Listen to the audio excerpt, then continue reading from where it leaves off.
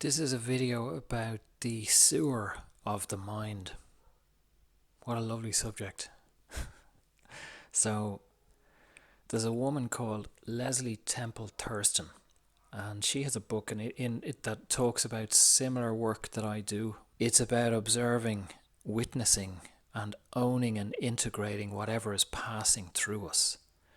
So she names it the sewer, and I think as time goes on, it's highly suitable. So some of us can have very overactive intellectual energy, which is masculine energy. It bypasses, so that kundalini energy that flows up, it can bypass the heart. And I have my own experience with this. That I had a couple of shamans say to me in a medicine ceremony, that my heart was closed. And all that energy can shoot by the heart and up into the head. And then the head has all this energy. It just has to think. It has to fucking try and burn out all this spiritual energy. So we read more books, we get more letters after our name, we analyse more things, and we think things through, and we try to... That's fine for some people. Some people are great at it, and they write great books, and they have great insights. But some of us, it's exhausting. And it's not where we're going. We're on a more grounded spiritual path. We're trying to be present. And we have all this chatter and shit going on, being regurgitated up through the mind. It's irrelevant. As time goes on, I feel more and more and more pay less and less attention to intellectual responses to my work, the people I work with. I really want to know what's happening in your gut. Anxiety, fear, joy, calm, flow of energy.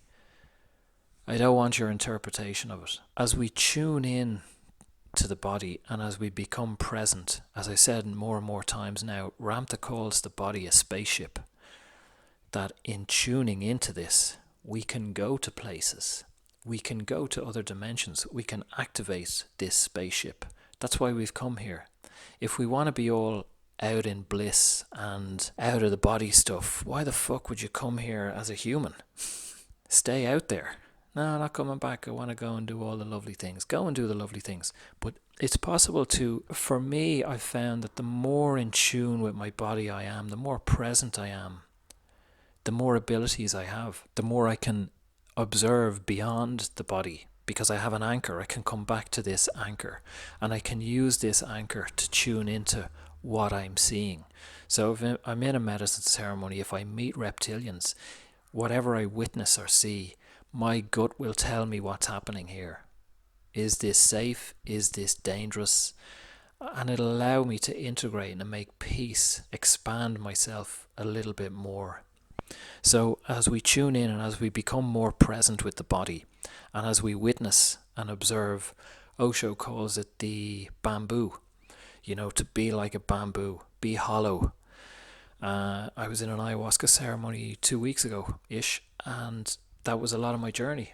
I was guided by Mother Ayahuasca, or by my higher self, about the bamboo and about being present. All we are is a vessel, and we just allow consciousness to pass through us. But humans, obviously, we grab onto whatever's passing through, and we want to fall in love with it, we want to chase it, we want to feel good with it, we want to argue with it, we want pleasure from it, we want all these things. Ideally, we allow it to pass through us. We witness it, we honour it, we feel whatever it is. It's transient. Let it go, don't attach to it. As we become more aware of this process, the sewer opens up. We've lots of people who think that they're spiritual people, and they meditate maybe, and they do yoga, and they've all these wonderful thoughts because they've read so many spiritual books and been to so many retreats, and they can regurgitate all sorts of shite about spirituality or their fucking chakras or who knows. When they start to ground and be still, they start to see the dog shit in the street, the junkies walking past them, the chaos on the television. They start to see the sewer. This is all a reflection of themselves, of their own consciousness. They start to see their own irritability and anger or rage, or needing to control or fix people because they can't sit with their own dis-ease. That's the sewer. And that can be overwhelming. And it can happen suddenly or it can happen gradually or a bit over time. Sometimes it takes people a bit of time to thaw out, to soften. And then, Jesus, the sewer opens and they're fucked up. They're immersed in chaos. And all you can do really is to continue to try to be that bamboo, be that vessel, and allow that consciousness to flow through you. Honor it. It's not bad or wrong, but often obviously the ego is trying to get rid of this. The ego wants to get to fluffy world, wants to get to the light, fluffy spirituality, find my bliss, do all these lovely things. And my ongoing phrase is, we work with what is presented. That's just my journey. It's not everyone's journey. Some people can sit down and they focus and they manifest and they create their lives all the time. That's fantastic. I hope to get there someday. But for now and for in recent years, and the work I do with other people is to work with what is presented. So if pain is presented, chaos, depression, addiction, joy, whatever it is, we witness it. We don't try to move it to the side so we can find something more socially acceptable or more acceptable to our ego. We work with what is presented, with whatever comes up. And the sewer will spit out. Sometimes when we feel a little bit anxious, if we tune into that anxiety and witness it in the body, it can go from like a 3 out of 10 to a 10 out of 10.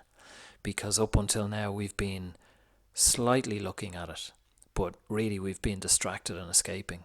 So when we actually focus and become present, we realize, Jesus, this is intense, this is overwhelming. But that's where we need to be.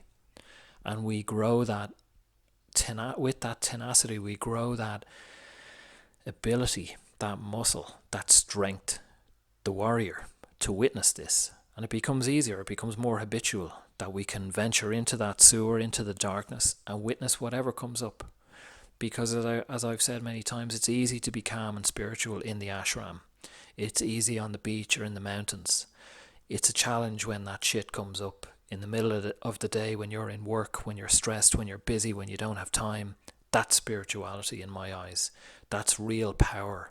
If you can be present in those moments and witness what's being presented to you in a chaotic moment, that's real focus, and there's real freedom in that, real liberation. Because in the more challenging situations, as you can be present and work through and integrate those moments, your life will be a breeze in the ashram. On the quiet days, on the sunny days, you'll just be centered. You'll be bouncing along, no problems.